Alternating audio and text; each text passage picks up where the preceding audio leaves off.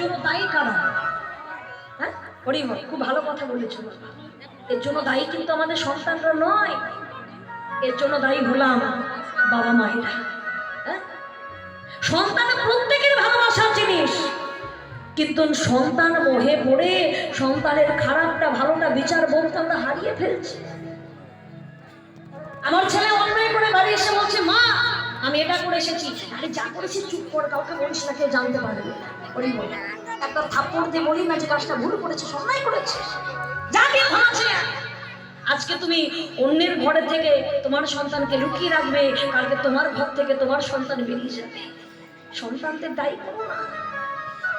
গান্ধারী মা একটি একটি করে শতপুত্র জননী হয়েছিল, একটাও ছিল শেষের দিনে মা বলে ডাকার মতো।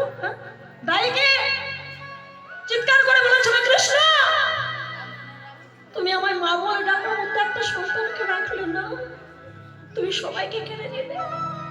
বলে, মা সন্তানকে আমি নিইনি, তুমি তোমার কর্ম দোষে হারিয়েছ, কর্ম দোষে হারিয়েছ। এই কথার পরিপ্রেক্ষিতে একটা ছোট্ট ঘটনা, মা সত্যি ঘটনা। একজন দুঃখিনী মা, যখন তার ছেলে 1.5 বছর বয়স, তখন তার স্বামী মারা যায়। চাষবাস করতেন, অনেকটা জমি ছিল, তো স্বামী মারা গেছে।